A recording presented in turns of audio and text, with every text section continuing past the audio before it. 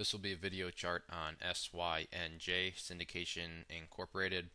I want to do this one because requests have poured in, and then you take a look down here at the volume and the corresponding price action, and you can see that very clearly the bulls are back in town and making their presence known.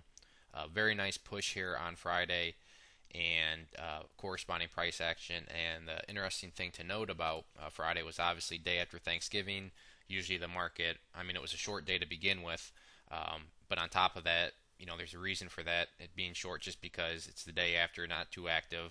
So still, in about a half a day's action, you still got huge volume and nice price reaction. So something seems to be going on, and I want to get this updated so everybody can then have an idea of what's going on from a technical analysis standpoint. The first thing to note is, the stock made a nice move back here in June, and then has slowly just been in a downtrend, and really just kind of a slow bleed type thing.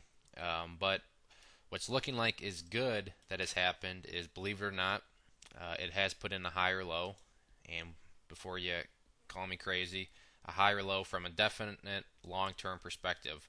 If we go back here in April and May, you can see where these lows were, but then if you see where this looks like it's finally bottomed out, technically it is higher than over here. So if there's anybody playing this for the long term, yes, you could draw an uptrend line, but maybe that's stretching it a bit. But from a long term perspective, it did put in a higher low, it's looking like. But that's all I'm going to say about the longer term. Now I'm going to hop into kind of the shorter term and what's going on. I've gotten a lot of people saying, hey, is this bouncing? Hey, is it reversing? And so forth. Reversing, no, that's way too soon to say if it's reversing. But I'm almost a believer in it bouncing, and the reason I say that is I'd like to see how at least Monday and Tuesday of next week go. If they can hold up strong, then I will be confident that yeah, this is a true bounce and there's strength behind it. But we just got to make sure that we don't get something like here, where it looked like there was a nice bounce going and then it just completely petered out and nothing happened. So we just want to make sure we don't repeat past history. The one thing to note about this up move here is if you look at volume, not even close to what we had here. So that is a difference, and that's a big difference. The other thing with volume, though, here you can see we had big volume on this day, and then nothing came of it. But then again, a big difference being this day, you just got a doji candle here. You got a big green candle. So there's some similarities, but this day definitely does have its own characteristics too that aren't similar to the other ones. So what levels do we want to see hold? Well, we did get above and close above this purple line here, which is the 50-day simple moving average. But actually, the price could fall below there, and I still think there would be hope.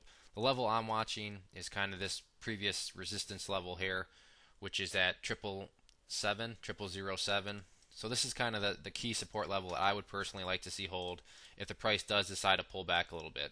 Because if you think about it, let's say it does pull back and then it holds here and then bounces around a little bit before heading back up, that would still be a nice little way to draw a trend line by connecting these lows down here and then where the lows would hopefully be up here. That would still give you the ability to draw a nice trend line. So that's why I'm thinking as long as this green line can hold, then things are okay, and I'm still confident in this move here. Now, before any talk of a reversal, in my opinion, it's going to need to get a few closes above this orange line here, which is the 200-day simple moving average.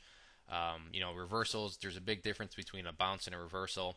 So if you can get, I'd say 2 or 3 days closes above this orange line, then that's where I would start to really kind of seriously consider that, the chart is maybe starting to reverse around and maybe ready to make a bigger push back up. But right now, a possible bounce, but not quite a reversal. So keep your eye on the orange line, though. It's going to be a pretty easy way to kind of measure if this turns into a reversal just by watching this 200-day simple moving average. But Friday was definitely a good start with the volume and being able to close above this purple line. As far as resistances go, well, the key one right now is just going to be to bring it up again. This 200-day simple moving average, that orange line, that's the nearest term resistance level, and that'll be a very important one. If you're familiar with charting, the majority of people watch the 200-day, so it's one of those where there can kind of be a self-fulfilling prophecy, meaning that it's just kind of going to be a resistance just because it's supposed to. But on the flip side of that, if it does break through, it's going to become a support just because it's supposed to, and that's just the self-fulfilling prophecy that goes with it. So, sure, it might be a pain to get above it, but once you do and get some closes above it, you should see the buyers start to come in and bid in right around that area, which is what you want to see is a good solid bid support. As far as volume's concerned, if there is a pullback day or sideways, so if the price pulls back or goes sideways, you'd like to see this volume drop off a little bit. You don't want to see some huge volume bar with a down day or anything like that. So if the next couple days do go sideways, and a volume looks like that, that would be perfectly fine.